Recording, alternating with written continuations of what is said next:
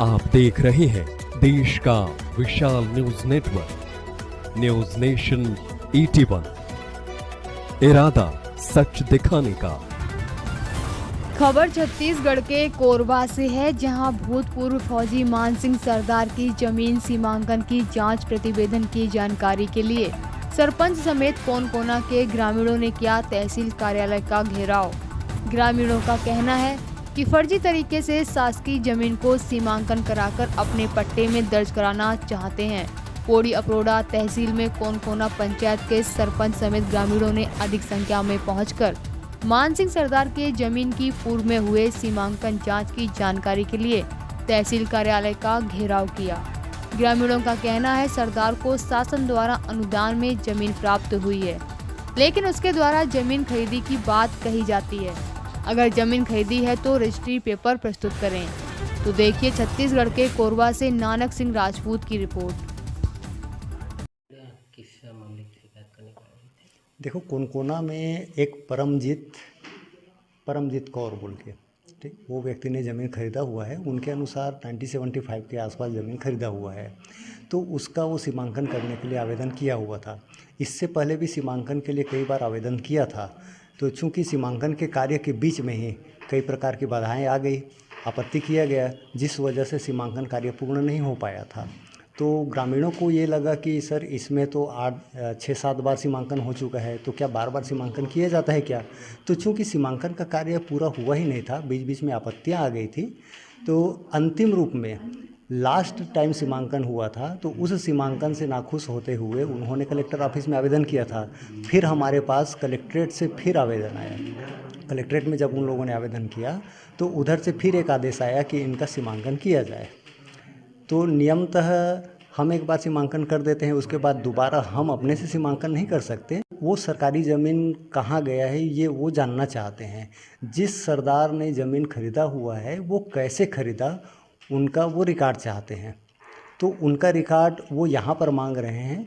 Actually 2013 तक हमारा ये कटघोरा तहसील में आता था, तो निश्चय ही उनके जो दस्तावेज है वो यहाँ पर उपलब्ध नहीं हैं।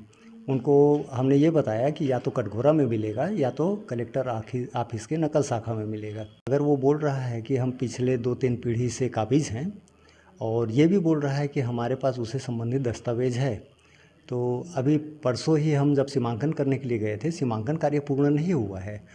काफ़ी लंबा चौड़ा एरिया है, जांच करते करते रात हो गया, तो हम उसको स्थगित करके बुधवार को करने वाले हैं फिर से। ठीक, तो जितना काम हो चुका था उसके आगे की कार्रवाई बुधवार को करेंगे।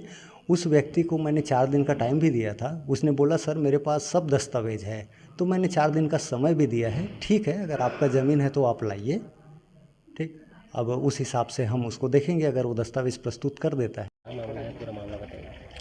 ग्राम पंचायत कोनकोना की ठिहाई भाठा में शासकीय ज़मीन है और 2-4 गांव के किसान लोग का ज़मीन है, जिसको पहले बोलते हैं बुजुर्ग लोग गांव के बताते हैं कि एक सरदार रहता था और फौजी था, तो उसको शासन द्वारा अनुदान में 5 एकड़ ज़मीन उसको मिला था। और उसी के ज़मीन को आज और सरदार लोग, बिलासपुर के रहने वाले सरदार लोग हैं, वो लोग कैसे अपने नाम में चढ़वा लिए हैं और उसको बेचने की फिराक में हैं उन लोग। तो इसमें क्या सरकारी अधिकारी संलिप्त हैं, क्या है? जैसे पिछले 10 साल में वहाँ पे 3 से 4 बार सीमांकन हो चुका है।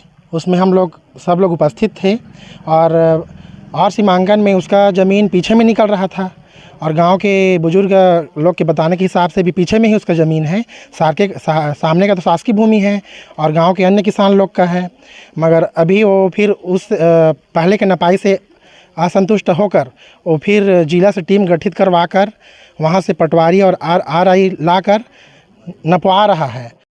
नाम बताइए। कृपाल सिंह धनवाद। कृपाल जी, क्या समस्या है जमीन विवाद संबंधी? आपकी ज़मीन को कौन हड़प रहा है और कितने साल से काबिज है? हम 50 साल से काबिज हैं और इसमें अभी जो है उसके बगल में सरदार का ज़मीन भी है, तो अपना ज़मीन को छोड़ के आप मेरे ज़मीन को नाप रहा है। सरदार जी की ज़मीन को किस अनुदान में मिला था उसको। क्या थे वो? फौजी थे वो। हाँ।